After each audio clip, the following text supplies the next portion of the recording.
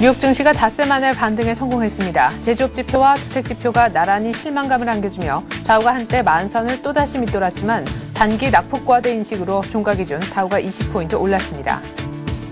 그러나 유럽은 여전히 하락했습니다. 미국의 주택 지표가 또다시 악화되며 글로벌 경기 둔화에 대한 우려를 키웠습니다. 영국과 프랑스는 1% 내외로 추가 하락했습니다. 국제 유가는 상승세로 끝났습니다. 경제 지표 악화에도 불구하고 최근 낙폭이 과도했다는 인식으로 인해 반등에 성공했습니다. 10월 인도분 WTI는 배럴당 1.2% 올라 72달러 선을 회복했습니다. 미국의 신규 주택 판매가 지난달 예상 밖으로 감소하며 사상 최저 수준을 기록했습니다. 전월 대비 12% 감소한 연율 27만 6천 채로 통계가 시작된 1963년 이후 가장 적었습니다. 미국의 내구재 주문은 지난달 예상보다 저조한 증가세를 기록했습니다. 전월 대비 0.3%만 늘어 월가 예상치인 3% 증가에 크게 미달했습니다. 한편 세계 최대 광선 업체인 BHP 빌리턴의 올해 회계연도 순이익은 127억 달러를 기록해 지난해 2배 이상 급증했습니다. 전문가의 예상치도 웃돌았습니다.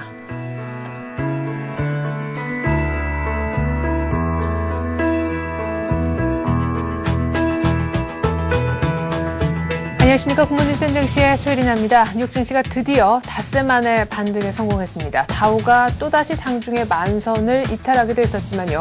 종가 기준 다시 20포인트 정도 추가적으로 올라서 1060선까지는 회복을 했는데요. 내구재 주문, 제조업 지표 중에 대표 지표라고 할 수 있는 내구재 주문과 기존 주택 판매에 이어서 신규 주택 판매 역시 부진하면서 더블딥 우려를 키우긴 했습니다만 어쨌거나 단기적으로 많이 빠졌다라는 데 대한 반발 매수세가 유입된 덕분인 것 같습니다. 기술적으로 일단 오르긴 했지만 지표가 여전히 부진해 더블딥 우려감은 점점 확산되고 있는 양상인데요. 더 자세한 글로벌 증시 전문가와 함께 알아보겠습니다. 동양종금증권에서 장영철 과장 나오셨습니다. 안녕하세요. 안녕하십니까? 네, 그래요.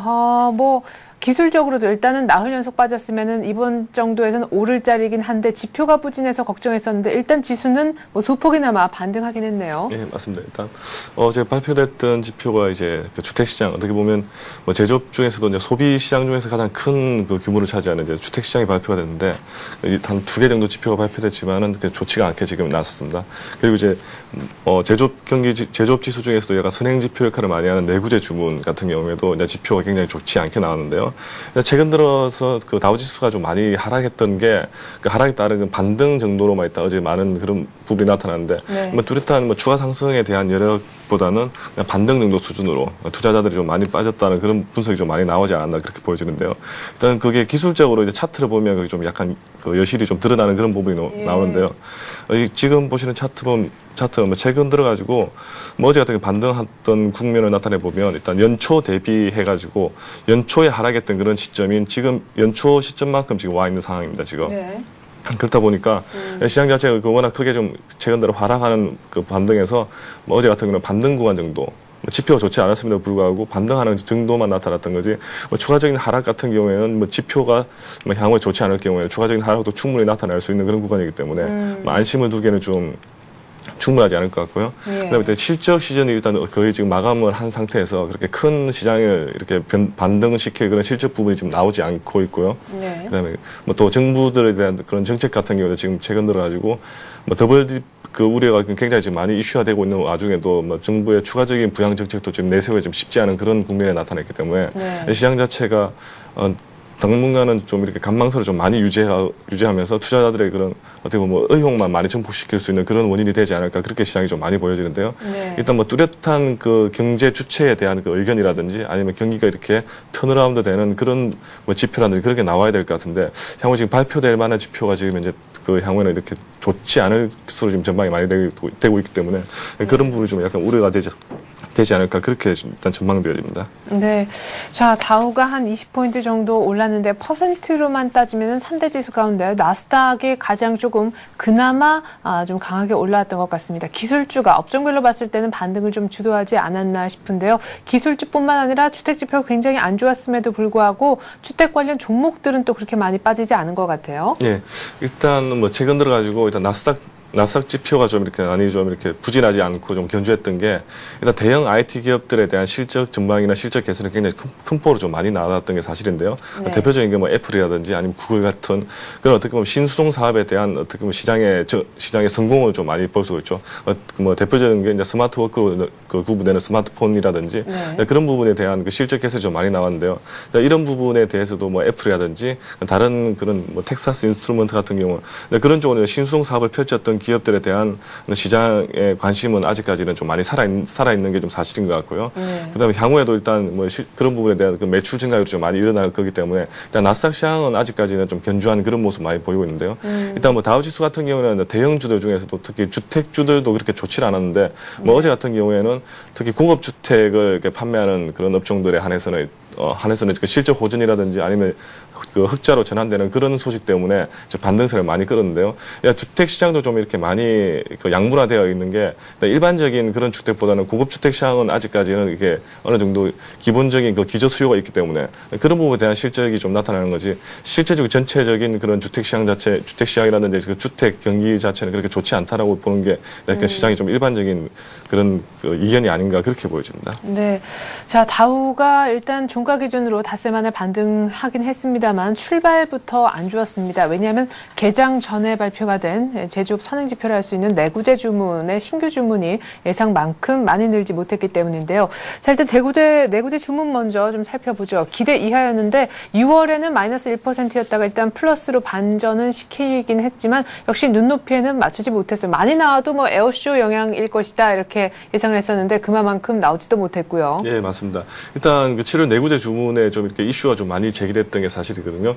일단 최근 들어 제조업 경기에 대한 그런 뚜렷한 그런 모멘텀이 많이 없다 보니까 어떻게 보면 선행지표 역할을 하는 내구재 주문에서 답을 좀 찾는 그런 경향이 좀 많았었는데 실제로는 발표됐던 그 내구재 주문 같은 경우에는 뭐 이전치보다는 소폭 좀 그 발표했던 그런 실제치가 좀 소폭 이렇게 상향하긴 했지만은 일단 전망을 했던 게 한 3%대 정도로 전문가들이 많이 전망을 했기 때문에 그 전망치보다는 크게 좀 하회하면서 오히려 시장이 좀 이렇게 시장에서 좀 안 좋은 그런 모습을 보이지 않았나 그런 부분이 좀 많이 보여지는데요. 네. 특히 항공이라든지 운송재를 제외했던 그런 부분 같은 경우는 더 큰 폭으로 좀 하락을 하면서 실제적인 내구재 생산에 대해서 좀 많이 좀 이견을 좀 많이 틀리게 하는 그런 부분이 좀 많았는데요. 네. 일단 뭐 일부 전문가들이 일단 예상하기에는 일단 제조업 경기가 어느 정도 좀 많이 올라와 있다는 그런 부분에 대해서 다시 한번 더 재차 확인하는 그런 모습이었고요. 그러니까 제조업 경기가 좀 많이 올랐지만 재차 이렇게 상승하는 그런 패턴을 어떻게 보면 기업들의 그 실적으로 좀 많이 이어져야 되는데 이게 일부 기업에 대한 실적 정도만 지금 많이 나타났던 게 좀 여실히 좀 드러났던 그런 부분도 좀 많이 나타내고 있고요. 또 최근 들어서 이제 전문가들이 이제 분석하기에는 기업들의 신규 그 매출 증대를 위해서 이렇게 설비를 투자했던 게 아니고 기존의 그 낡은 낡은 설비 자체를 다시 재정비하는 그런 부분에 대한 내구재 주문이 좀 많았다는 게 시장의 좀 분석으로 이어지면서 교체하는 그런 수요가 좀 많았기 때문에 실제로는 향후에 대한 그 제조업 경기 좀 이렇게 선행으로 좀 나타날 수 있는 그런 게 좀 힘을 많이 좀 못 실어주지 않았나 그렇게 보여지는 게 어제 그 발표했던 내구재 주문의 하나의 분석이 아닌가 그렇게 보여집니다. 네. 자, 일자리를 그래도 꾸준하게 미국 쪽에서 좀 창출해 왔다면 왔다 할 수 있는 제조업 쪽에 관련 선행 지표가 먼저 좀 계속해서 좀 부진하다. 이미 피크아웃 됐다라는 것을 좀 신호를 보여주지 않았나 싶습니다. 어쨌거나 조금 부진한 증가세를 보였던 미국의 지난달 그러니까 7월달 내구재 신규 주문에 대해서 저희가 한번 살펴봤습니다.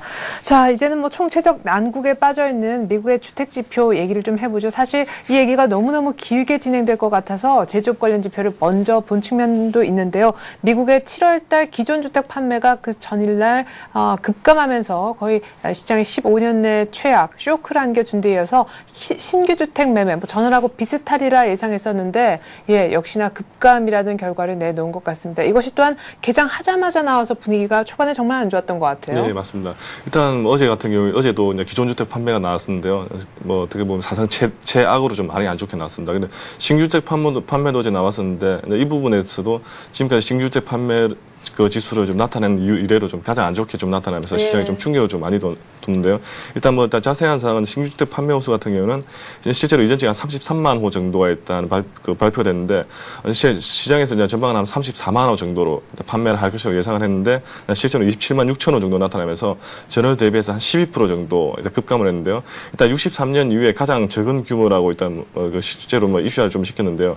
그런 부분도 좀 이렇게 이슈화가 됐지만 뭐 거기에 대한 뭐 다른 부분에서는 일단 뭐 가계에 대한 그 소득 수준이 그렇게 좀 많이 뛰어오르지 못했다는 그런 부분이 좀 많이 나타나는데요. 네. 일반 최근 들어가지고 뭐 IT 기업이라든지 그런 작은 소비에 대해서는 이제 소비 패턴이 굉장히 원활하게 좀 많이 나타나지만은 네. 가장 소비 패턴을 크게 이끌어가는 그 주택 시장에 대해서는 아직까지 큰 폭의 그 소비가 좀 많이 일어나지 않다는 게 좀 많이 특징인데요. 네. 일단 뭐 최근 들어 집값도 많이 좀 하락을 하고 그다음에 그 MB의 모기지 금리도 좀 많이 하락을 했음에도 불구하고 주택 시장 자체가 굉장히 좀 크게 침체를 계속 하고 있다는 모습에 아마 시장의 충격이 더 크지 않았나 그렇게 보여지는데요. 네. 거기 저희들이 이제 세제 혜택이 그때 4월달에 종료되면서 세제 혜택이 종료되기 전까지만 해도 주택 시장이 굉장히 좀 견고하고 탄탄하게 이루어졌는데 네. 세제 혜택 시장 자체가 이렇게 완연하게 없어지면서 그런 세제 혜택에 대한 그 수요가 없어지면서 오히려 주택 시장이 계속해서 지금 이제 하향 곡선을 그리고 나가고 있는 모습 자체가 시장에서는 일반 소비자들에 대한 소비 여력이 충분하지 않다는 게 네. 지금 호주머니가 이렇게 일반 국민들에 대한 호주머니가 좋지 않고 소비 시장 자체가 많이 좀 이렇게 묶여 있다는 게 좀 많이 특징인데요. 네. 뭐 최근의 패턴도 보면 미국에서도 일단은 소비를 좀 많이 이렇게 증대시키는 그 국민성 자체가 일단은 빚부터 갚자는 그런 모습이 많이 나타나다 보니까 네. 실제로 가지고 있는 그 주택에 대한 그런 대출 부분도 좀 많이 이렇게 갚아 나가는 모습이지 신규 주택을 이렇게 차지하기 위해서 좀 사는 모습이 좀 많이 두드러지지 않다 보니까 네. 이런 부분에 좀 충격이 좀 많이 나타날 것 같은데요. 일단 이게 시장에서도 좀 여실하게 좀 많이 드러나는 그런 모습을 좀 많이 보였던 게 이제 시장의 좀 특징이 아니었나 그렇게 보여집니다. 네, 기존 주택 판매, 신규 주택 판매가 지금 동반 급감. 하나는 15년 내 최악, 하나는 뭐 사상 최저치. 거의 다 둘 다 뭐 사상 최저라는 그런 느낌을 받게 되는데 고용시장 침체 그리고 지난 4월 말에 종료된 세제 지원이 없어진 데 따른 영향이다 이렇게 얘기를 하셨습니다. 자 그러면은 이 주택시장 부진 때문에 결국에 WD 우려가 좀 더 커지고 재차 확산되는 그런 모습인데 일단은 주택 이면에 이제 고용이 있다라고도 보여지지만 주택시장 자체는 앞으로 좋아질 수 있는지 이 같은 부진한 게 언제쯤 사이클이 끊길런지 한 번 더 안 좋아질 수도 있다 이런 전망이 나오는 것 같은데요. 네 맞습니다. 일단 주택 그 수요 자체가 주택 소비 자체가 워낙에 크게 좀 비용이 많이 좀 부과되는 그런 부분이다 보니까 일단은 뭐 다른 그 기업들에 대한 그 고용이라든지 근데 그런 부분에 경고해야 된다는 말은 뭐 이제는 누구나 다 알 수 있는 그런 사실인데요. 일단 뭐 고용 부분에 대해서는 초반에 그 오바마 정부 같은 경우에도 초반에 이렇게 강력하게 좀 부양 정책을 좀 펼치려고 하다가 어떻게 보면 많이 막혀 있는 그런 부분이기 때문에 네. 이 부분도 지금 쉽게 좀 이끌어갈 수 있는 그런 부분도 아니고 최근 들어서 고용 그 경기 부양에 대해 가지고 기업들에 대한 뭐 신규 대출이라는 그런 부분이 많이 이루어졌음에도 불구하고 네. 기업들이 그 부분에 대해서 고용을 일으키기보다는 실제적으로 순간적으로 경기 회복을 글로벌적으로 경기 회복이 일어나면서 수요를 맞추기 위한 그런 어떻게 보면 설비 투자에만 좀 나섰기 때문에 네. 그런 부분이 고용으로 좀 많이 이루어지지 않았던 게 시장이 좀 많이 특징으로 나타나고 거기에 향후에 이제 주택 수요라든지 그런 소비 수요 그 패턴을 같이 좀 이어가지 못했던 게 시장에 대한 가장 큰 그 불신이 아니었나 그렇게 보여지는데요. 네. 일단 뭐 주택 시장 자체가 향후에 뭐 이렇게 많이 살아나지 안 살아날지에 대한 거는 뭐 일반 소비 시장 같은 경우에는 그렇게 정부 정책이라든지 그런 게 좀 많이 어떻게 보면 필요하지 않을 수도 있던 게 어떻게 보면 물건이 좋으면은 소비자는 그 주머니를 열게 돼 있지만은 네. 주택 시장 소비 같은 경우에는 물건이 좋고 안 좋고에 따른 그 차이가 좀 그렇게 크지 않습니다. 크지 않다 네. 보니까 실제로는 의식주에 대한 그런 부분이기 때문에 일반적으로 정부가 정책을 어떻게 펼치냐에 따라 가지고 어떻게 보면 주택 그 비용에 대해서 국민들이 어떻게 소비를 감내하고 대출을 끌어들인다든지 그런 모습 보일 것 같은데요. 일단 그런 식으로 추가 부양 정책을 어떻게 펼칠지가 가장 좀 큰 문제인데. 네, 세제 지원을 뭐 다시 해줄 가능성은 어느 정도 있습니까, 그러면? 예, 근데 그런 식으로 따져가지고 전문가들이 다시 한 번 더 경기 부양을 위해서 세제 지원에 대한 그런 모습도 많이 좀 보여줘야 되지 않을까 그렇게 보여지는데. 네. 일단 지금 세제 지원 혜택을 좀 빨리 종료했던 이유도 뭐냐면 최근 들어가지고 이제 세제 혜택의 지원을 많이 나타내면서 국민들이 오히려 또 빚을 많이 지면서 다시 또 한번 집을 수요하는 그런 모습이 많이 나타나기 때문에 네. 실제 고용이 좀 안정이 돼가지고 소득 수준이 좀 많이 이렇게 완화되면서 집 수요를 이렇게 늘려야 되는데 그게 아니고 그게 아니고 세제 혜택을 줄여주다 보니까 오히려 금융의 힘을 빌어가지고 다시 한번 더 집을 사는 그런 패턴을 보였기 때문에 네. 오히려 이게 나중에 추가적으로 서프라임 모기지 같은 그런 형태로 다시 한번 더 발동할 수 있는 그런 우려가 굉장히 좀 크다 보니까 정부에서 그런 부분에 대한 조기 부양은 좀 이루어지지 않을 것으로 좀 전망이 좀 많이 되고 있는데요. 네. 실제로 뭐 주택 시장 같은 경우에는 뭐 저희 한국도 마찬가지지만은 그렇게 크게 정부가 이렇게 나서가지고 그 해답을 제시해 줄 만한 그런 게 이슈가 좀 이렇게 그래서 좀 이렇게 어떻게 보면 난해하다고도 할 수 있지만 또 굉장히 좀 시장 경제에 대해서 좀 이렇게 민감한 사안이기 때문에 이런 부분도 아마 지금 정부가 어떻게 좀 정책을 펴 나갈지에 대한 부분은 저희들도 뭐 예상을 하기가 쉽지는 않지만 네. 그런 부분도 한번 패턴을 좀 확인해 봐야 되지 않을까 그렇게 보여집니다. 네, 그래요. 내구재 그리고 주택 지표 모두 다 예상을 하회하고 거의 뭐 사상 최저치를 기록을 하면서 내구재 주문까지는 아니지만 주택 관련 지표는 더 연속해서 기존 그리고 신규 주택 판매 모두 안 좋으면서 시장에 큰 실망감을 안겨줬던 것 같습니다. 어쨌거나 싸다는 인식 때문인지 다우 만선의 사수 의지가 강해서인지 뉴욕 증시는 5거래일 만에 3대 지수 모두 다 반등을 했는데 유럽은 그렇지가 못해요. 네, 맞습니다. 유럽 같은 경우는 어제 좀 하락 쪽으로 마감했는데요. 일단 뭐 아일랜드에 대한 그 신용 그 등급 강등 그런 부분 좀 이슈가 좀 됐던 부분도 나타났고요. 그리고 미국에서 나타났던 지표 부진이 시장에 그대로 좀 이렇게 그 지표 악재에 대한 부분이 시장에 그대로 일단 나타났던 게 특징인데요. 일단 뭐 제일 가장 컸던 게 일단 미국 내구재와 그다음 주택 지표에 대한 실망감이 그대로 이제 유럽 증시를 좀 강타한 그런 부분이 아니었나 그렇게 보여지는데요. 일단 뭐 종목별로는 기초 소재주하고 금융주가 크게 좀 하락하는 그런 패턴을 보였습니다. 특히 이제 구리 뭐 강산업체라든지 아니면 BHP 빌리턴이라든지 리오틴토 같은 경우에는 2에서 3% 정도 하락세를 좀 많이 나타냈고요. 특히 금융주가 좀 하락세가 좀 많이 두드러졌는데요. 일단 네. 금융주의 가장 큰 하락세가 일단 아일랜드 국가 신용 등급 강등 그런 부분이 좀 많이 이슈화 되지 않았나 그렇게 보여지는데 뭐 바클레이즈부터 시작해서 BNP 파리아가 대부분 2에서 3%대 정도로 하락하는 그런 패턴을 많이 보였는데요. 오히려 어제 아일랜드 증시 같은 경우에는 이제 뭐 전일 대비해서 한 0.4% 정도 오히려 이렇게 반등하면서 좀 나타나는 그런 특징이 나타났고요. 다른 그 신용 등급 하향 그 조정됐던 국가들 같은 경우는 뭐 스페인이라든지 아니면 뭐 그리스라든지 포르투갈 같은 경우에는 한 1%대 정도 하락을 하면서 유럽 시장 자체가 좀 끌어내리는 그런 원동력이 되지 않았나 그렇게 보여집니다. 네.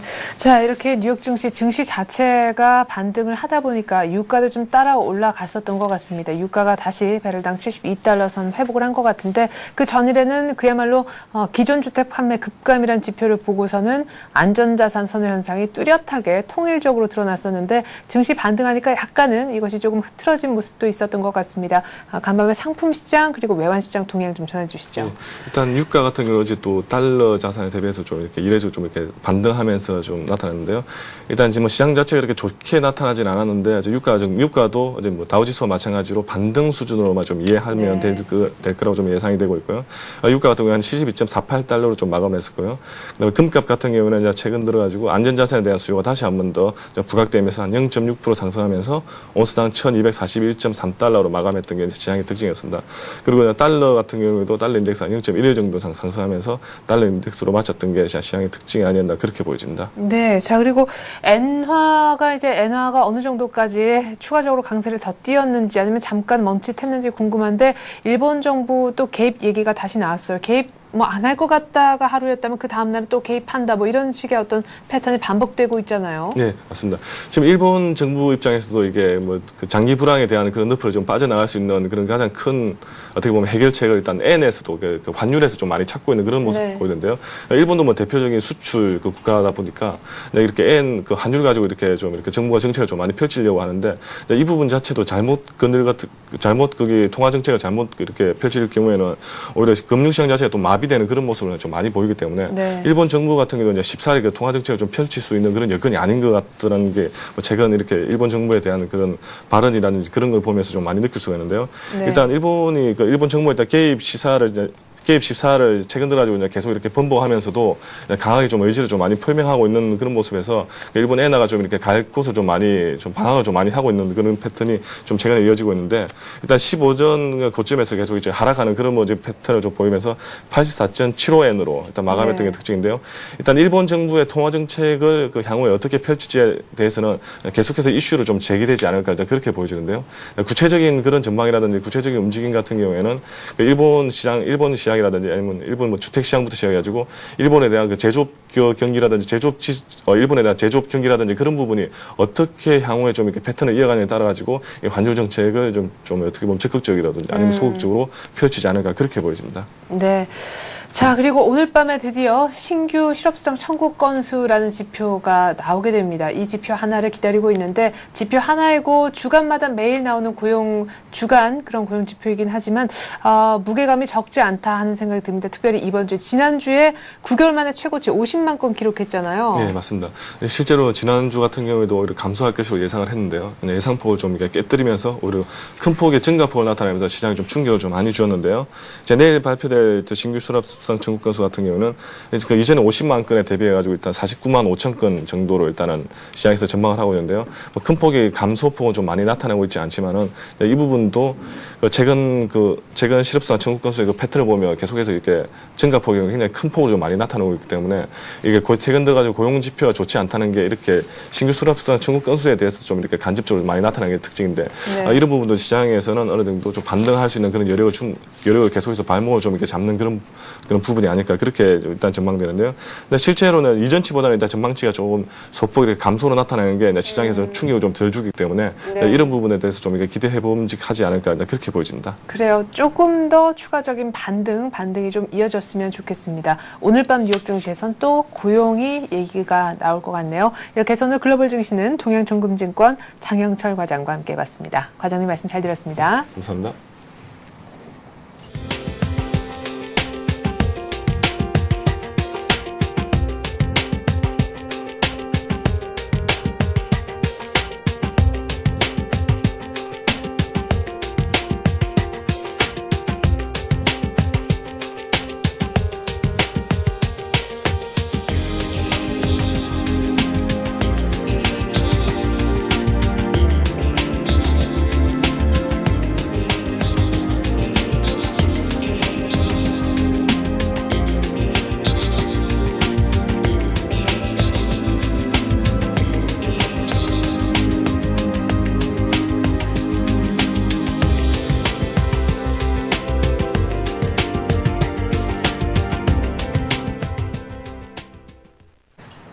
네, 이렇게 뉴욕 증시는 안 좋은 지표에도 불구하고 일단 기술적으로는 아주 소폭이나마 닷새 만에 반등하는 모습이었는데요. 나흘째 약세를 면치 못하고 있는 우리 증시. 하지만 견조했었습니다. 뉴욕 따라 올라가 볼 수 있을까요? 오늘 우리장 전망 들어보는 시간 가질 텐데요. 교보증권 양평동 지점에서 오기철 차장 나와주셨습니다. 안녕하세요. 네, 안녕하세요. 네, 역시 경기 둔화가 발목을 계속해서 잡았습니다. 나흘째 하락해서 어제는 1730선까지 밀렸는데 그래도 60일선은 아직은 지키고 있잖아요. 오늘 반등 가능하겠습니까? 일단 오늘 반등 역시 그 기술적 반등 정도가 나올 것 같습니다. 미국 시장도 마찬가지였었고요. 유럽 시장 같은 경우는 또 하락세를 이어가면서 미국 시장이 이제 장 막판에 좀 반등하기 전에 마감되면서 유럽 시장은 하락, 미국 시장은 기술적 반등을 좀 이뤄낸 상황이기 때문에 국내 시장도 오늘 좀 기술주에 대한 그 비중이 크기 때문에 기술주 반등에 의해서 오늘 국내 시장도 좀 기술적 반등이 어느 정도 나타나지 않을까 일단 그렇게 생각이 됩니다.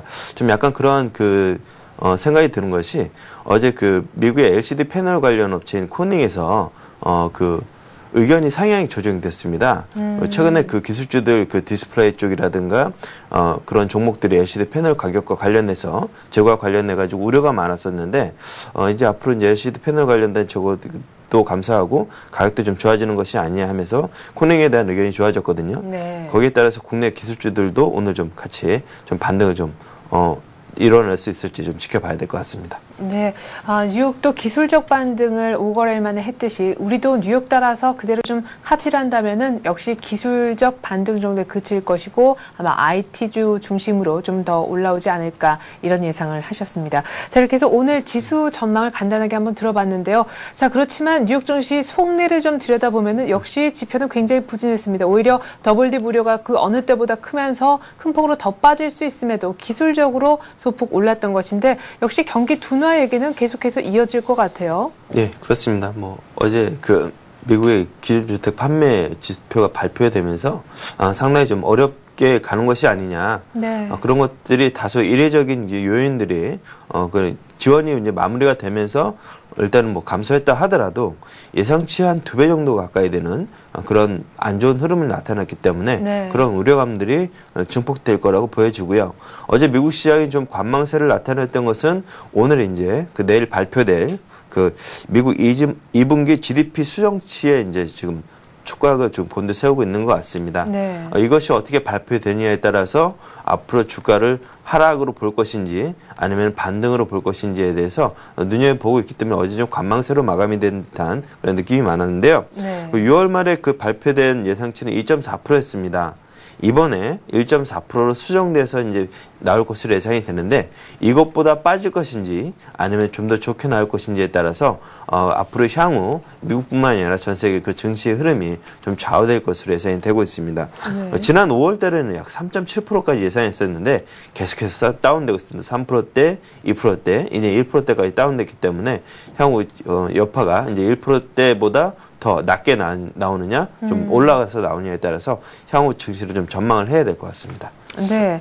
자, 뉴욕이 이렇게 거의 연초 정도의 주가까지 빠지는 동안 그래도 우리 증시는 참 나흘째 하락하고 있긴 합니다만 한 뭐 7포인트씩 이렇게 빠지다가 어제 한 1.5% 조금은 시원하게 빠진 그런 느낌인데요. 굉장히 견조했다라는 형용사가 많았었습니다. 하지만 이렇게 뉴욕 증시의 지표가 계속해서 안 좋고 말씀해 주셨듯이 2분기 GDP 예비치에 이어서 이번에 수정치마저도 계속해서 하향 조정될 전망인 가운데 과연 우리 증시가 어느 만큼 더 견조하다는 형용사를 언제까지 끌고 갈 수 있겠는가 이 부분도 한번 생각을 해봐야 될 것 같은데요. 예. 지금 잠깐 그림을 보시면요. 예. 지난 그 8월 두 주하고 8월 셋째 주 등락률을 살펴보시게 되면 이머징이 상당히 선전했던 것을 볼 수가 있습니다.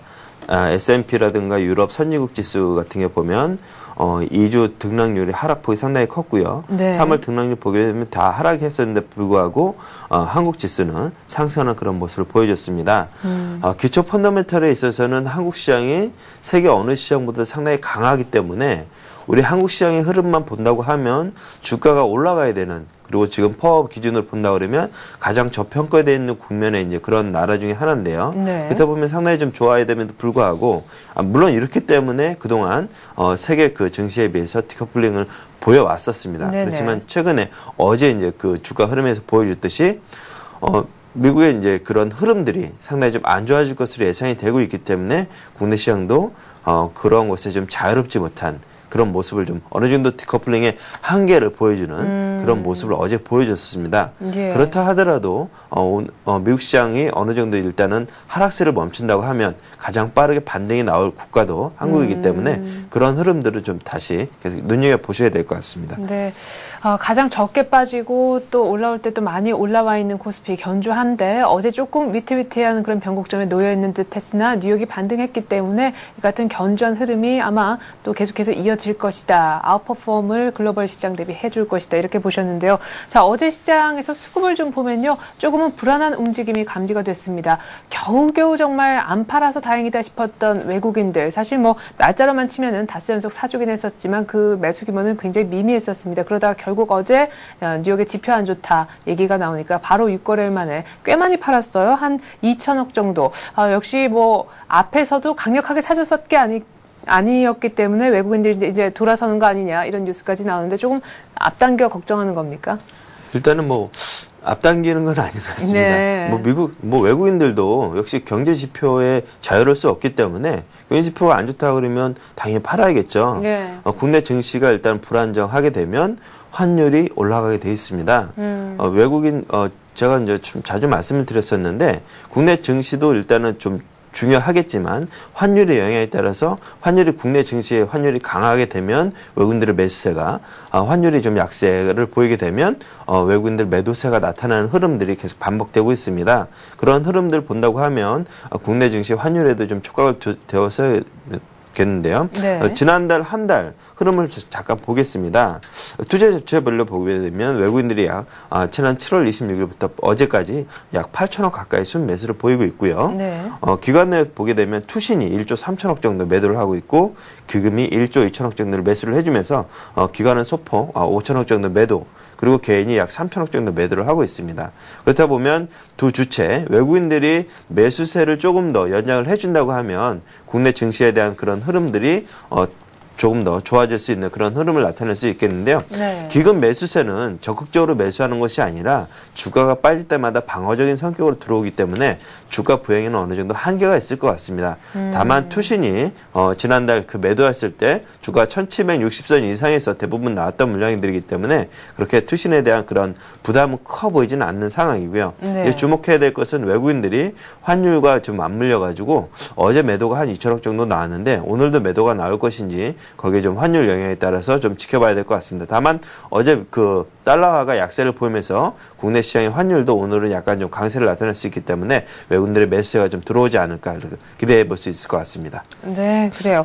자, 뭐 투신권에 대한 거는 기대가 크진 않습니다만 그래도 일단 어느 정도 펀드 환매에 따른 매물을 조금 소화한 상황 속에서 외국인들이 좀 수급에 다시금 퀴를 쥐게 되는 그런 상황으로 바뀐 것 같습니다. 오늘 약간의 외국인 순매수 기대한다 이렇게 얘기하셨는데요. 미국과 유럽, 뭐 미국이 겨우겨우 반등한 정도이지만 내부적으로 지표는 안 좋고 유럽은 아직까지 내리막길입니다. 자, 우리가 쳐다볼 수 있는 해외 증시의 하나를 꼽으라면 역시 중국 얘기를 빼놓을 수가 없겠는데요. 계속해서 중국도 견조하다가 어제 좀 2% 정도로 빠진 정도입니다. 중국의 경기 선행지수가 조금 역시 뭐 그렇게 좋게는 안 나왔습니다만은 이것이 반등하면은 또 큰 어떤 상승을 우리도 함께 기대할 수 있다. 이런 얘기까지 나오는데 역시 중국이 기대주군요. 예, 그렇습니다. 그동안 그 국내 증시가 디커플링의 그런 모습을 보여줬던 그 하나의 이면에는 중국 시장이 그동안 좀 버텨주고 있었기 때문입니다. 중국 시장만 무너지지 않는다 그러면 국내 시장이 수출이라든가 그런 무역에 있어서 수익을 이제 계속 가져갈 수 있기 때문에 네. 국내 시장이 지금 중국 시장의 흐름에 연동돼서 좋은 흐름을 보였었는데요. 어제 그 중국 시장이 한 2% 정도 빠지면서 그동안의 좀 상승 추세가 이제 좀 잠깐 쉬어가는 국면을 접어든 것이 아닌가. 네. 일단 그렇게 보여집니다. 일단 차트를 보시겠는데요. 그 어제 중국 지수가 2600선을 일단은 하회하는 그런 모습을 보여줬습니다. 그렇다 보면 2550선까지 일단은 좀 조정 가능성을 좀 염두에 두신다고 하면 일단 네. 중국 시장이 약간 쉬어가는 국면에서 국내 시장도 그렇게 강한 흐름은 나오지는 않을 것 같습니다. 그렇기 때문에 일단 박스권에 갇혀 있을 가능성이 있고요. 네. 그다음에 중국 시장의 흐름을 지켜보시면서 장을 좀 대응하시는 것이 좀 맞지 않을까 일단 그렇게 생각됩니다. 네. 자, 그러면 결국에는 박스권 대응을 해야 된다라는 얘기셨는데, 자, 박스권 대응을 어떤 쪽에 가서 붙어서 좀 해볼까 생각을 해봤을 때, 역시 경기 둔화 우려가 있는 상황에서 견조했던 중국 증시마저도 살짝 쉬어가려는 상황. 그렇다면 정말 공격적으로 포트폴리오를 짤 상황은 그야말로 아니다 하는 생각이 드는데, 어제 업종별 분위기를 보면은, 정말 내수주들이 일제히 오른 날이 아니었나. 이것도 또 하나의 특징이었어요. 예, 그렇습니다. 제가 최근에 그 3주 동안 그 추천해드린 종목을 보면 경기 민감주보다도 경기 방어주적인 성격의 종목들을 좀 많이 말씀을 드렸는데요. 아무래도 이런 것들은 포트폴리오의 변화를 좀 감지를 하고 좀 어느 정도 변경이 좀 가능하셔야 되는 국면이 아닌가 일단 그렇게 보여집니다. 네. 일단은 당분간은 지수가 1700에서 1760선 박스권에서 좀 움직일 가능성이 있고요. 여기에 따라서 이제 눈여겨보셔야 될 것이 그 27일 날, 내일이죠. 미국 GDP 수정치 발표 전까지는 좀 관망세를 유지를 하시고 좀 대응을 하셔야 될 것 같습니다. 일단 여기서 예상보다 좀 좋게 나타난다고 하면 일단은 긍정적으로 매수 접근 하시는 것이 좋을 것 같고요. 네. 이 지표가 좀 나쁘게 나타난다고 하면 일단은 좀 매수는 좀 보류하시고 일단 경기 방어지 쪽으로 포트폴리오를 좀 더 늘려가시는 것이 좋은 방법으로 좀 예상이 됩니다. 예, 그래요. 자, 그런데 일각에서는요, 지금 이렇게, 변동성이 큰 구간에서는 말이죠, 우리 배당주가 좀 매력이 있다, 이런 리포트들이 연이어 나오는 것 같더라고요. 네, 그렇습니다. 아무래도 배당주 같은 경우는 그 수익이 많이 나는 기업들로 대부분 이루어져 있습니다. 왜냐하면 네. 수익에서 어느 정도 배당을 떼어주기 때문에 그렇죠. 그리고 이제 그 배당 관련된 수익률들이 좀 기대 수익률들을 한번 표로 보시겠는데요. 지금 그 배당주의 기대 수익률이 단순히 지금 주가지수가 별로 좋지 않다고 해서 보는 것이 아니라 네. 배당주에 관련된 그 기대 수익률이 약 9.4%, 대형주가 8.1%, 코스피가 7.5%로 지금 배당주에 대한 기대 수익률이 가장 높습니다. 그렇기 때문에 지금 배당주에 대해서도 관심을 갖고 접근하셔야 될 때일 것 같고요. 그리고 이제 또 연말이 다가오기 때문에 배당주 관련된 시즌이 좀 되기도 했습니다. 그래서 배당 관련주들이 어떤 것이 있을지 또 어떤 것들이 많이 주고 있는지 눈여겨보시고 그런 종목들로 접근하셔서 포트폴리오를 좀 다변화하시는 것이 좀 좋을 것으로 판단이 됩니다. 네, 자 그러면은 고배당주 하면 사실 전통적으로 몇몇 종목이 있는데 오늘은 그 중에서 하나 얘기를 좀 들어봤으면 좋겠어요. 예, 일단은 고배당주들이 일단은 뭐 우리 통신주들이 되겠죠. 네. 통신주라든가 뭐 강원랜드 이런 그 경기 방어적인 성격을 띠면서 배당을 그동안 전통적으로 많이 해왔던 종목인데요. 네. 일단 오늘은 좀 KT를 좀 보도록 하겠습니다. 예, 그래요. 아이폰 얘기 나오면서 KT도 좀 주목을 받고 있고 연일 계속 좀 오르다가 조금은 또 위쪽에서 부담스러워하는 자리에 있는 것 같은데 KT 얘기 자세하게 좀 들어보죠. 예, KT 같은 경우는 일단은 배당이 상당히 뛰어납니다. 2008년부터 2009년, 지금 작년하고 재작년 2,000원 꾸준히 줬었는데요. 네. 시가 배당률이 3.8%, 4.9%에 해당됩니다. 지금 뭐 시중 금리가 2%대, 3%대인데 지금 금리의 한 2배 정도 가까이 배당률을 시가 배당을 하기 때문에 네. 상당히 좀 매력적으로 보여지고요. 올해도 2,000원 정도를 준다고 가정했을 때 시가 배당률이 약 4.7% 해당될 것으로 예상이 네. 되고 있고요. 한 증권사에서는 2,700원까지도 가능하지 않겠느냐. 그렇다면 상당히 더 배당률이 상당히 높아질 것으로 예상이 되고 있기 때문에 뭐 지금 일단 배당률이 순이익의 약 50% 이상을 준다는 그런 원칙을 세워놓고 KT가 지금 배당 정책을 세우고 있기 때문에 네. 배당 종목으로 상당히 좀 매력적이지 않나 일단 그렇게 보여지고 있습니다. 네. 자, 그렇다면 이제 KT 하면 스마트폰에 관련해서 이제 아이폰 4에 따른 수혜를 또한 많이 기대하시는 분들도 있을 텐데요. 그쪽 측면에서 어떻게 생각을 하시는지 때문에 또 실적도 당연히 개선되리라 생각이 되거든요. 어느 정도 예상치가 지금 나와 있는지 끝으로 차트까지 쭉 한번 같이 보죠. 예, 일단은 아이폰 3G에서 이제 상당히 폭발적으로 가입자들이 많이 늘었는데요. 네. 사전 예약 어제 이제 아이폰 4가 나올 때 예약 주문을 받은 것이 이제 24일 날 약 1차로 21만 명이 예약을 했습니다. 네. 이것은 3G 누적 이제 예약보다 훨씬 많은 수량인데요. 일단은 1차 마감이 끝나고 2차 마감 때까지 더 이제 예약 모집자를 지금 받고 있는데 네. 일단 그렇다고 하면은 이러한 아이폰에 관련된 가입자들이 상당히 늘어나게 되면 당연히 수익이 늘어날 수밖에 없는 그런 구조로 갈 것 같고요. 네. 향후 이제 스마트폰 시장의 주도권을 계속적으로 유지한다고 하면은 이러한 수익 구조는 상당히 좀 좋아질 것으로 예상이 되고 있습니다. 그리고 네. 또 하나 이제 주목할 것은 이제 부동산 매출이 예상보다 좀 증가를 하고 있는 모습입니다. 부동산 2010년도 매출이 약 2,300억 정도 매출이 이제 예상이 되고 있는데요. 네. 성장률은 약 21%로 예상보다 좀 뛰어나게 매출이 좀 늘어나고 있어서 부가 수입으로도 이런 것들이 좀 나타나고 있어서 상당히 좋을 것 같습니다. 그리고 최근에 밸류에이션이 상당히 낮습니다. 2010년 7.8배고요. EV 에비타는 약 3.2배라서 밸류에이션 측면으로도 상당히 좀 접근해볼 만한 그런 자리인 것 같습니다. 네. 차트를 잠깐 보시겠는데요. 지난 2010년도 1월 달에 외국인들이 집중적으로 이제 처음 들어왔었던 가격대가 네. 42,000원부터 44,000원 가격대입니다. 지금 가격대가 지금 그 자리에 와 있는 상황이고요. 네. 기간은 조금 더 물론 그 아래부터 이제 4만원부터 47,000원 그 정도 사이에서 들어왔기 때문에 네. 지금 가격대는 그렇게 크게 부담 없는 자료로 지금 판단이 되고 있습니다. 그렇기 때문에 네. KT는 매수 접근하실 때 약 43,500원, 오늘 약 500원 정도 빠진 가격에서 접근하시면 될 것 같고요. 네. 목표 가격은 약 48,000원으로 손절 가격은 약 41,500원으로 제시해드리겠습니다. 네. 얼마 전에 고점이 한 5만 원 정도인데 고점까지는 안 간다 이렇게 보시는 거네요. 단기적으로. 일단은 뭐 지금 단기적으로 보는 거기 때문에 일단은 뭐 배당도 있고요. 그렇기 네네. 때문에 지금 통신주를 10% 이상 단기적으로 본다는 건 좀 무리일 수가 있을 것 같습니다. 장기적으로 본다 그러면 그 이상도 갈 가능성이 많겠죠. 그렇지만 단기적으로 봤을 때는 약 48,000원 정도까지 보시고 접근하시는 것이 좋을 것 같습니다. 네, 이렇게 해서 오늘은 고배당주 매력이 있는 아이폰 4의 수혜주이기도 한 KT 얘기를 한번 해봤습니다. 교보증권 양평동 지점 오기철 차장이었습니다. 잘 들었습니다. 네, 감사합니다.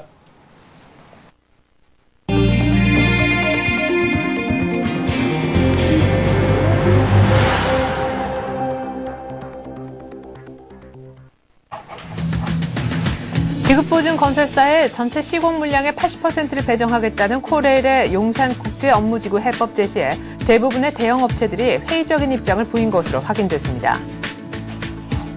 정부는 침체된 부동산 시장을 살리기 위해 총부채 상환 비율을 부분 완화하기로 하고 관련 대책을 이르면 다음 주 말 확정해 발표합니다.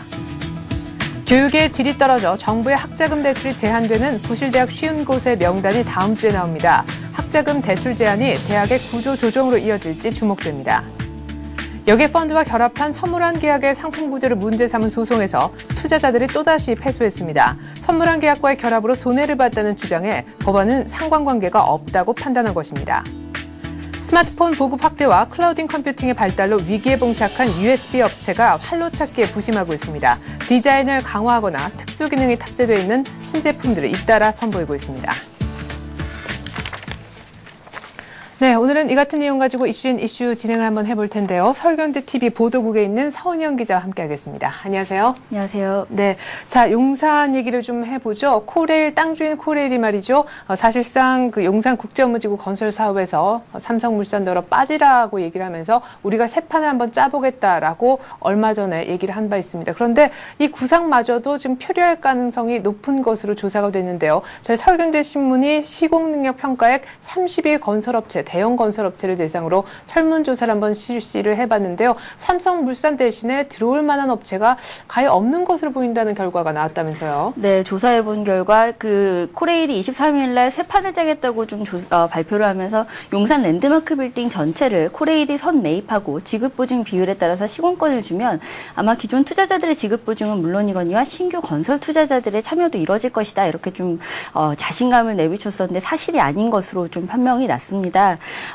특히 지난 2006년 사업자 공모 당시 삼성물산 컨소시엄에 밀려 탈락했던 건설업체들조차도 대부분 지금의 상황으로서는 사업성이 없다는 반응을 보이고 있는데요. 지금 코레일이 용산국제업무지구 개발 해법이 내놨지만 결국은 실패하는 게 아니냐 이런 뭐 섣부른 분석까지도 제기되고 있는 상황입니다. 네. 당초 유력한 제3의 건설 투자자로 거론됐던 현대건설과 대우건설도 지급보증을 통한 사업 참여를 검토하지 않고 있다고 밝혔고요. 네. 나머지 대형 건설사들도 많게는 수천억 원의 지급보증을 할 상황이 아니라면서 부정적인 입장을 보이고 있습니다. 네, 대형 건설사 대부분이 지급보증을 통한 사업 참여에 거의 회의적인 반응을 보였다라는 말씀이셨는데, 자 그렇다면 지급보증 꺼리는 결정적인 이유를 좀 들어보죠. 네, 뭐 다양한 이유가 있습니다. 뭐 굉장히 복잡하다고 할 수 있을 것 같은데요. 네. 당군 이래 최대 규모의 개발 프로젝트임에도 미온적인 반응이 나오는 건 바로 사업성이 담보되지 않기 때문이라는 게 대다수 건설사들의 공통된 견해입니다. 네. 특히 각 건설사마다 프로젝트 파이낸싱을 줄이고 있는 상황에서 섣불리 지급보증에 나서기 어렵다는 반응인데요. 내년부터 또 대부분의 모든 회사들이 국제회계 기준이 적용이 되죠. PF 우발채무와 지급보증의 일정액이 부채로 잡히게 되는 게 당연히 부담으로 작용할 수밖에 없습니다. 네. 현재 시장 상황에서 지급보증은 프로젝트 파이낸싱 우발채분을 키울 수가 있고요. 또 대부분의 회사들이 이제 신용도 때문에 이제 이를 꺼리는 상황인데 건설사들로서도 또 지급보증을 줄여야 할 형편입니다. 이미 지금 대기업 계열사들 일부 건설사들 같은 경우에는 그룹 방침에 따라서 지급보증을 제공해야 하는 사업을 전면 중지한 상태입니다. 용산 프로젝트에 참여하기 위해서는 지급보증이 전제가 돼야 되는데 이게 곧바로 리스크가 커지는 거기 때문에 아무래도 꺼릴 수밖에 없다는 거죠. 그리고 또 사업 진행 과정에서 불거질 수밖에 없는 돌발 변수들을 미리 예상한 비상 대책이 없는 것도 또 역시 좀 부담으로 작용을 하고 있습니다. 네, 그래요. 삼성물산 측의 이제 얘기가 궁금합니다. 사실 빠져라라고 코레일 측에서 최후 통첩을 보낸 이후에 삼성물산 측에서 말을 아끼고 있는데 지금 침묵을 하는 와중에 삼성물산은 어떤 생각을 하고 있는 걸까요? 발을 빼기도 어렵고 발을 더 깊숙이 넣기도 어렵고 뭐 정말 이러지도 저러지도 못하는 상황이라고 얘기할 수 있을 것 같은데요. 이미 코레일이 그룹 오너 일가의 책임까지 거론하고 나선 만큼 섣부른 대응으로 좀 논란을 확대하는 데 좀 부담을 느끼고 있는 상황입니다. 수익성 확보가 어려운 상황에서 리스크를 키울 의향이 없는 데다가 또 자산관리회사인 용산국제업무지구에 대주주 자격을 잃더라도 드림허브 프로젝트 금융투자의 6.4% 지분은 그대로 유지할 수 있기 때문에 좀 손해볼 게 없다는 판단이 아닐까 뭐 이런 분석도 가능할 것 같은데요. 삼성물산이 25일에도 코레일이 절차를 밟아서 삼성을 제외한다면 어쩔 수 없지 않느냐 이런 입장을 발표하기도 했었거든요. 지금 일각에서는 좀 정현주 사장 취임한 이후에 좀 삼성물산이 아무래도 좀 수익 극대화에 좀 초점을 맞추고 있는 네네. 만큼 이번 사업에 좀 아무래도 부담을 느끼고 있는 게 아니냐 이런 분석도 있고요. 증권가에서는 내달 8일 열리는 주주총회에서 만약 삼성이 제외된다면 사업과 관련된 우려 해소와 구상권 청구로 손실보전이 가능해지면서 오히려 좀 삼성물산의 수익성이 개선될 것이다. 그런 것들이 좀 긍정적으로 작용할 것이다. 이런 분석도 나오고 있습니다. 네, 용산 개발에서 뭐 경영권은 박탈당해 체면은 조금 구겼더라도 확실히 여기서 발을 뺨으로 인해서 사업의 어떤 리스크를 줄이는 실익은 삼성물산이 오히려 챙긴 것이 아닌가 이런 분석도 때문에 나오고 있는 것 같네요. 자, 이렇게 해서 조금은 미궁에 빠져있는 용산국제업무단지 개발에 대한 얘기를 좀 해보았습니다. 자, 그 다음으로 요즘에 이슈가 크게 부각되고 있는 게 이제 정부의 부동산 종합대책 부분인데요. 이제 뭐 알려진 대로 총부채 상환 비율인 DTI 규제는 일부 완화가 거의 기정사실화된 것 같습니다. 다음 주에 정부가 이 모든 것을 종합해서 발표를 할 것 같은데, 자, 이제 문제는 DTI 규제 완화 그 수준이 어느 정도인가에 있을 것 같아요. 네. 어제 정부와 청와대에서 오전 9시부터 긴급 장관회의를 열어서 부동산 대책을 논의를 했는데요. 뭐 기존에 아무래도 DTI 규제 완화에 좀 부정적인 입장을 보였던 금융위원회가 아무래도 입장을 선회하면서 좀 논의가 좀 급진전되는 분위기가 있었던 것 같습니다. 아직은 뭐 회의에서 결론을 내지 못했다고는 알려졌습니다만 아마 추가 회의를 거치면 뭐 아주 크게 윤곽이 잡힐 것으로 보이고요. 이미 큰 윤곽은 좀 잡혀 있는 상황입니다. 네. 말씀하신 대로 DTI 규제 완화에는 이미 초점이 맞춰져 있고요. 그 대상에 새 아파트를 구입하는 사람의 기존 주택뿐만 아니라 기존 주택 간의 매매 거래도 포함될 것으로 알려졌습니다. 네. 하지만 건설업계에서 요구해온 주택담보 인정 비율, 즉 LTV 규제는 완화되지 않고 현 수준을 유지할 것으로 전망되고 있습니다. 네. 이제 관심은 DTI 폭이 얼마나 될 것이냐 이건데요. 뭐 큰 원칙은 세워진 가운데 우선 실수요자의 이사 편의를 위해서 새 아파트 입주 예정자가 기존 주택이 팔리지 않아 이사를 못하는 경우에 대해서는 기존 주택을 구입하는 무주택 또는 1주택자에 대해서 초과 대출을 해주는 423 특례가 더 확대될 방침입니다. 가격 조건은 없어진다는 얘기도 좀 나왔는데요. 투기 지역인 서울 강남 3구 외 지역에서 전용 면적 85제곱미터 이하, 매매가 6억 원 이하, 분양대금 연체자라는 현행 조건들 중에서 6억 원 이하 조건은 없어지거나 9억 원으로 상향 조정된다고 알려졌습니다. 네. 문제는 기존 주택 간 거래일 텐데요. 새 아파트 입주자의 기존 주택만 아니라 일반 주택 간 거래에 대해서도 DTI를 완화하는 건데 그 범위가 얼마나 될 것이냐 이게 좀 앞으로 좀 논의돼야 될 부분인 것 같습니다. 일단은 좀 제한적이라는 표현을 쓰는 게 뭐 정부 당국자들의 얘기에서 좀 나오고 있는데요. 네. 일반 주택의 경우에는 엄격한 실수요를 좀 증빙하거나 생애 첫 주택 구입자라면은 좀 제한된 조건이 좀 붙을 가능성도 있다고 보고 있습니다. 네, DTI 규제를 완화해도 가계부채에 큰 영향 없을 것이다. 김중수 한은 총재도 이런 코멘트를 한 것 같습니다. 이래저래 일단 DTI 규제는 완화는 확실히 되겠네요. 자, 그리고 드디어 정부가 대학 구조조정에 칼을 빼든 것이 아닌가 싶습니다. 교육의 질이 떨어져서 정부로부터 학자금 대출을 받지 못하는 이른바 빠지는 대학의 명단, 한 50곳 정도의 명단이 다음 주에 또한 공개가 될 것 같은데 이것이 단순히 학자금 대출을 그냥 끊는 것을 넘어서 그야말로 구조조정이 아닌가 이런 분석들이 있네요. 네, 그렇습니다. 전국 345개 국공립 사립 전문대학을 대상으로 해서 취업률, 정원 충원율, 재정 건전성 등을 좀 심의해서 이제 뭐 평가 결과를 내놓겠다 이런 건데요. 뭐 직접 명단을 발표한 거 이상으로 이제 뭐 B그룹 같은 경우에는 앞으로 뭐 학자금 대출의 70% 그리고 C그룹 같은 경우에는 30%까지 등록금을 대출받을 수 있도록 하겠다. 이게 곧 결국에는 신입생 모집에 영향을 미칠 수밖에 없는 거거든요. 네. 더욱이 다음 달 8일에 2011학년도 대입 수시 모집 원서 접수가 있습니다. 그 전에 이제 학교 명단을 발표하겠다는 게 바로 아무래도 이제 좀 신입생 모집에 좀 영향을 주겠다 뭐 이런 거라고 볼 수 있을 것 같고요. 네. 그런 의미에서 좀 구조조정이 시작됐다라고 평가를 할 수 있을 것 같은데요. 작년 같은 경우에는 그 명단을 공개를 안 했었거든요. 네. 그래서 좀 구조조정 실효성이 좀 떨어지는 거 아니냐 이런 비판이 있었는데 올해는 좀 우회적인 방법이라도 좀 구조조정에 신호탄을 쏘아 올리겠다 뭐 이런 의지를 보인 것으로 보입니다. 네. 일단은 좀 명단이 발표되면 상당히 파장이 만만치 않을 것 같은데요. 그럼 뭐 논란 기준이 무엇이냐 이거에 대한 논란도 좀 있을 것 같고 아무래도 학생들이 좀 학자금 대출에서 좀 불이익을 받을 수 있는 부분이 있기 때문에 이런 데서 좀 형평성 논란도 있을 것으로 예상이 됩니다. 네. 자, 그리고 어제 재밌는 소송이 하나 있어서요. 그 소송을 좀 들여다보려고 하는데요. 여객펀드하고 결합한 선물한 계약에서 이 구조적인 문제 때문에 손해를 봤다라고 소송을 제기한 투자자들이 있었습니다. 사실 잇따라 지금까지 금융위기 이후에 꽤 있었는데 처음 초반에는 왠지 그 원고들, 그러니까 투자해서 손해본 사람들의 손을 법원이 많이 들어주는 것 같더니 최근 들어서는 어제도 마찬가지고요. 줄줄이 법원 쪽에서 이 판매한 쪽에 손을 들어주는 것 같아요. 네, 작년 같은 경우는 좀 승률이 꽤 괜찮은 편이었죠. 네. 근데 그게 대부분은 좀 운용사들을 대상으로 한 그런 소송이었기 때문에 좀 그랬던 거고요. 네. 최근에 뭐 은행이나 증권사들, 즉 판매사들을 대상으로 한 판결에서는 좀 원고들이 좀 손해를 패소하는 사례들이 계속 이어지고 있습니다. 네. 지난 5월 같은 경우에는 투자자 8명이 외환은행과 프루덴셜 투자증권을 상대로 해서 여객펀드와 선물한 계약 관련 소송을 했었는데 그때도 원고 패소 판결이 났었고요. 네. 이번 같은 경우에도 정모 씨 등 22명이 7개 금융사를 상대로 낸 손해배상 청구 소송에서 역시 패소 판결이 나왔습니다.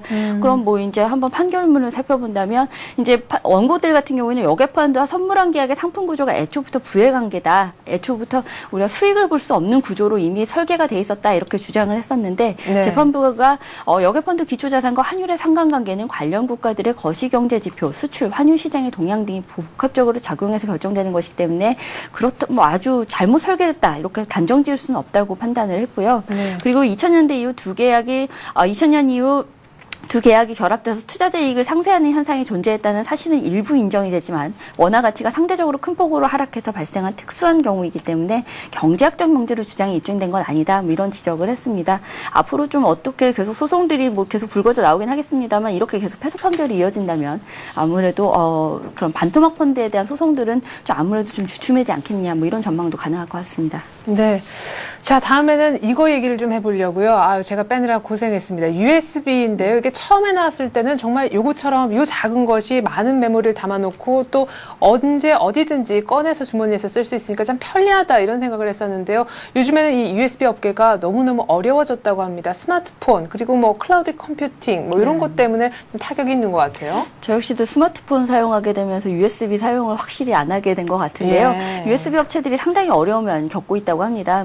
확실히 주변에도 좀 사용을 덜하는 분위기가 좀 꽤 있죠. 네. 근데 좀 최근에 나온 상품들 보면 좀 신기한 것들이 상당히 많은데요.